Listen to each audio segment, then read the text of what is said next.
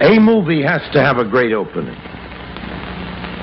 It must command attention. The opening of Othello is written for an audience that's just getting quiet, and like all openings in a play, because you don't ever want to open a play at the top of your bent. But a movie should open at the top of its bent. It must, because this damn thing is dead. The only living thing are the people sitting out here. It's a projected image. And you cannot bring the thing alive unless you seize the people at the beginning. The riderless horse has to come in. And the funeral of Othello and the lynching of Iago is the riderless horse. Just as simple as that. May I ask a question which at first blush may sound silly? Is Roderigo's dog a terrier? The reason I ask, well...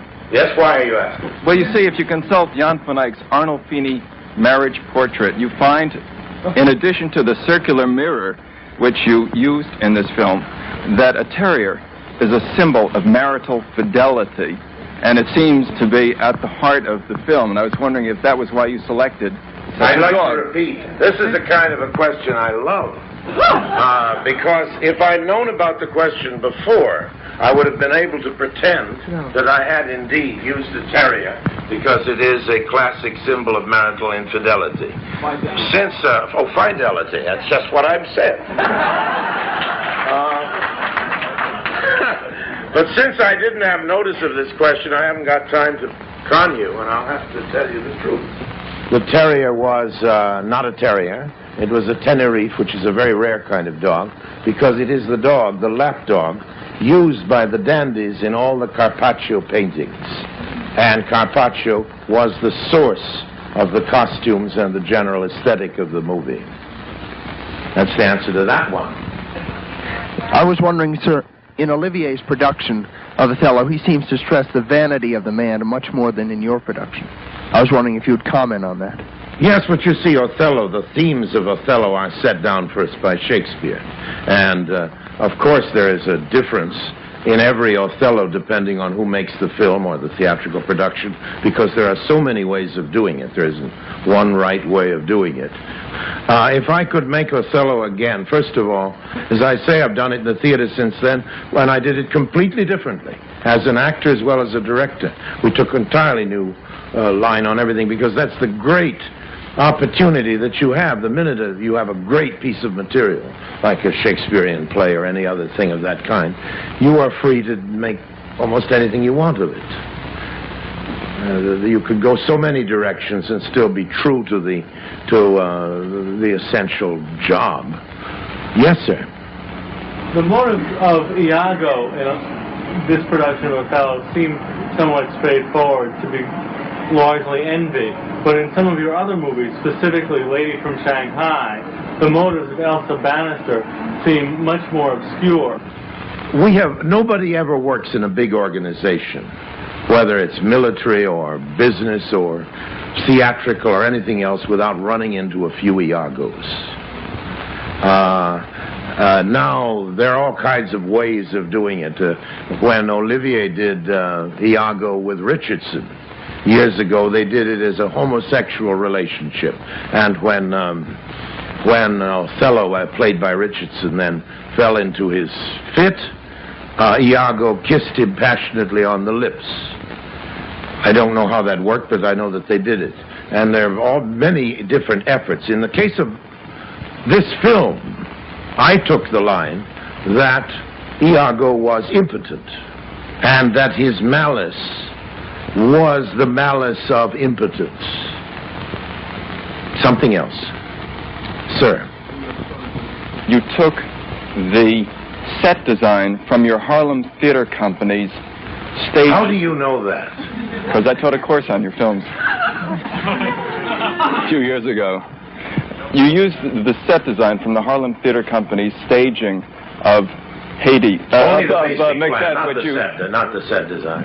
Just the basic You set plan. it in Haiti, right? And you eliminated the palm trees from the film set. It wasn't that simple. It wasn't that simple? No. Okay. No. Well, I was just wondering why you chose to make that a one-shot experiment and never repeat the effort of making a film quickly, as you said, to inspire others to tackle difficult projects in a short amount of time? I don't know if you all heard that in the back. The point is that Macbeth, which was made in very short time, it was actually the actual principal photography was 19 days, with 2 days more for inserts and things like that. So it was a real quickie, and the basic set had the same plan, which I had used in the black Macbeth, which I had done in Harlem in the theater some years before. It wasn't the same set, but it had the same basic plan because it worked before, and we were in a great rush. And the question was, why have I not repeated the experiment of making quickly serious or difficult subjects like Shakespearean plays?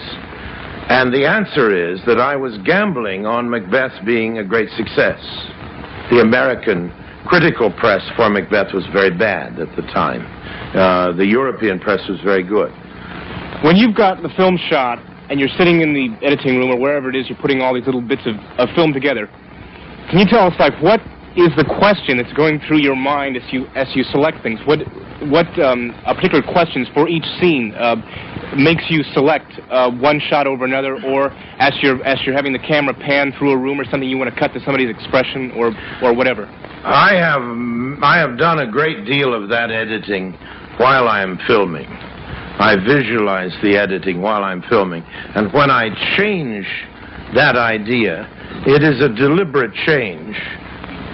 Between that which you preconceived, before you shoot, and that which you actually do after you shoot. The difference is bigger than I'd like to admit. Well, will you admit?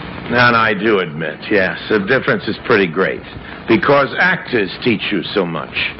The scenery, the smell of a thing. You come on the set in the morning to do a scene, whether it's Othello or a modern story, whatever it might be.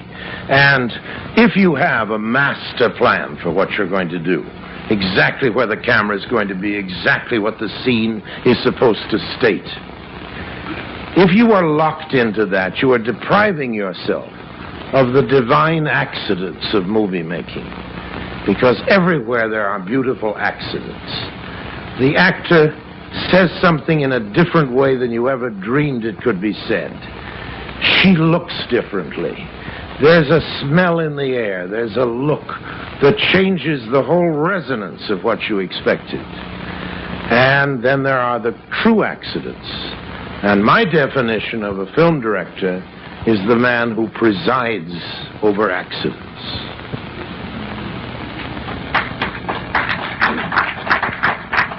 But doesn't make them.